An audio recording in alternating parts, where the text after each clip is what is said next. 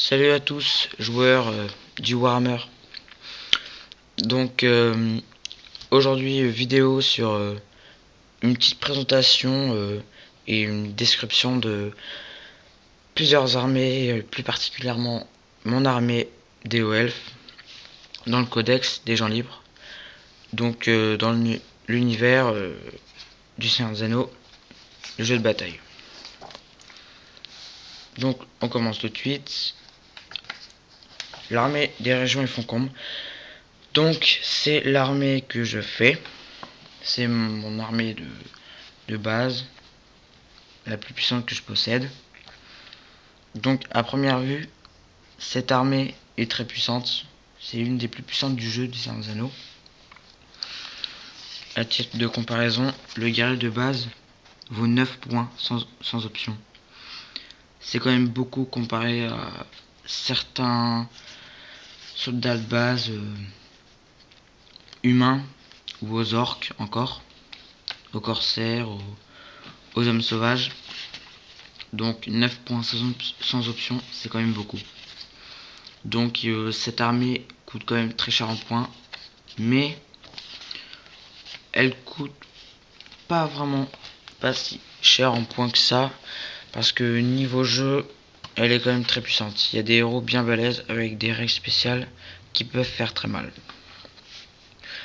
Donc le premier héros, Elrond, le maître de Foncombe, qui est très âgé. Il a participé à la bataille de l'Ultime Alliance contre Sauron lors du deuxième âge. Donc c'est un elfe très accueillant. Il a accueilli la compagnie de Thorin dans le Hobbit et la communauté de l'anneau dans le Seigneur des Anneaux. Donc il est toujours accueillant avec ses amis comme Gandalf. Et il est très gentil. Il n'hésite pas à porter son secours aux visiteurs égarés. Donc déjà, 170 points, c'est quand même beaucoup pour un héros.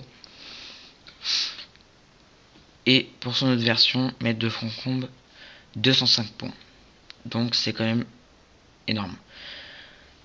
Elrond, en termes de points, est la troisième figurine la plus puissante du bien. Derrière, Aragorn en première position, le roi Elessar et Gandalf le blanc.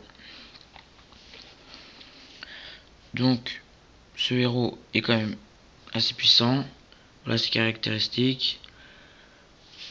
Une très bonne capacité, une force médiocre, mais bon, c'est des elfes, c'est des figurines à terre, donc c'est normal que ce soit pas beaucoup, c'est pas un monstre. Une bonne défense qui lui permettra de bien encaisser les coups. 3 d'attaque, 3 points de vie, 7 de bravoure, donc c'est énorme. Dans le jeu du Seigneur des Anneaux, il y a quand même, il faut le dire, il y a quand même peu de figurines qui ont 7 de bravoure, c'est assez rare d'en trouver.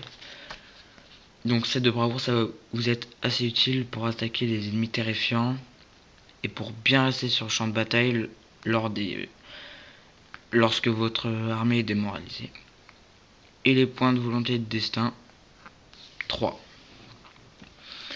Donc il a beaucoup de points partout, il est quand même assez full, ça va le permettre de bien résister et de rester longtemps sur le champ de bataille. Il possède Vilya, la nouvelle fille, qui lui permet de rejeter une seule fois un jet de destin qui a raté.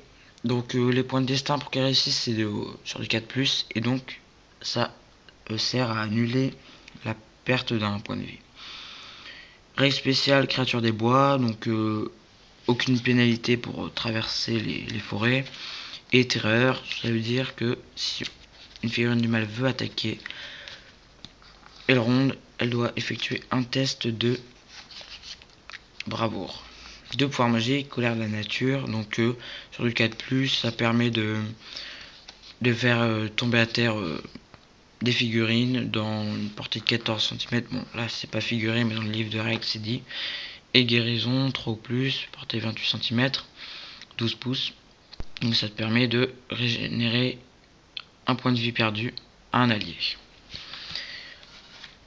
Elrond, maître de Foncombe, a les mêmes caractéristiques que l'autre, à une différence près, la défense. Évidemment, il ne porte plus d'armure.